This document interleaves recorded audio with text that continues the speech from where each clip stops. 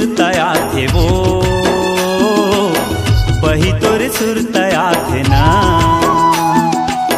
रानी तोरे सुरतया थे वो, वही तोरे सुरतया थे ना। जैसे चंदा का सिंजूर दिखाए गलियों खोर, जैसे चंदा का सिंजूर दिखाए गलियों खोर। मन मोर मोहा जाते वो, रानी तोरे सुरतया थे वो, वही तोरे सुरतया थे ना। राजा तोरे सुरता थे रे, भैया तोरे सुरता थे ना।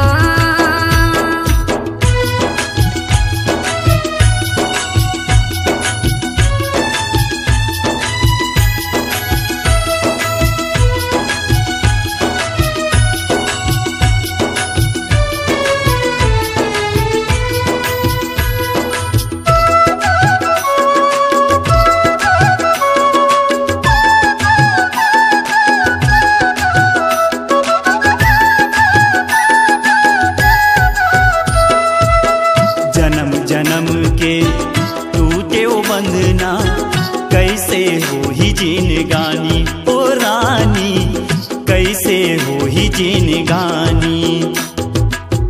जब जब देखूं चेहरा ला तोरे, नैन ले आते मोरे पानी ओ रानी, नैन ले आते मोरे पानी। जिंदगी अपन तय बना के सुरता मोर तय भुला के, जिंदगी अपन तय बना के सुरता मोर तय भुला के। धोखा मदारे मोला वो, रानी तोरे सुरतया थे वो, वही तोरे सुरतया थे ना। राजा तोरे सुरता थे रे, भैया तोरे सुरता थे ना।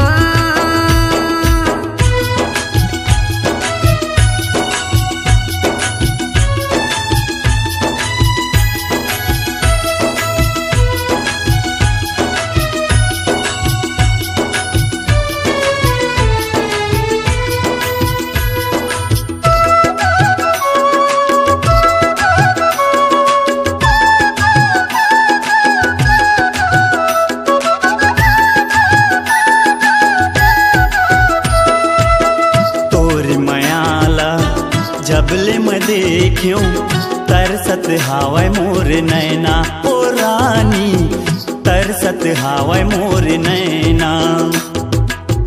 जंगल झाड़ी तोला मैं खोज्यूं, कहाँ उड़ागे मोरे मैना ओ रानी, कहाँ उड़ागे मोरे मैना। मोर जिंदगी के आधार रानी करत हूँ गुहार, मोर जिंदगी के आधार रानी करत हूँ गुहार। जिया तरसाई डारे वो, रानी तोरे सुरतया थे वो, वही तोरे सुरतया थे ना।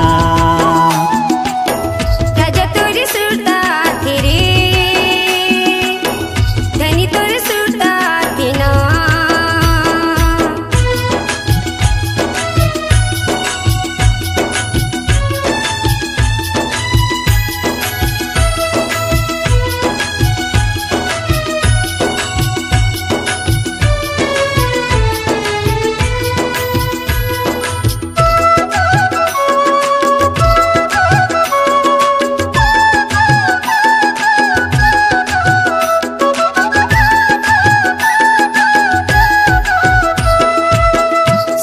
बिहनिया सपना में देखूं, सुन मोर प्रेम दीवानी ओ रानी, सुन मोर प्रेम दीवानी।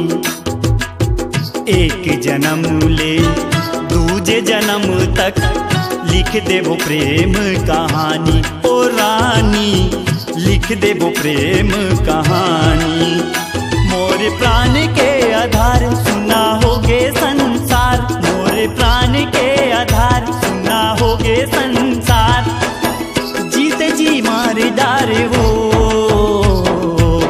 रानी तोरे सुरतया थे वो, वही तोरे सुरतया थे ना।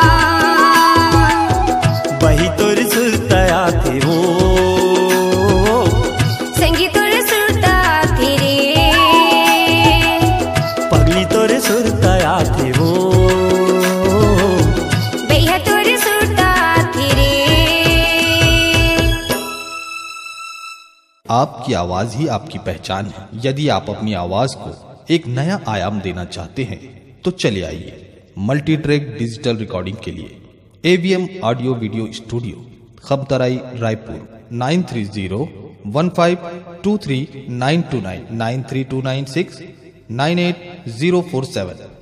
आप सुन रहे हैं MP3 एल्बम टूरी के जवानी करत है बवाल।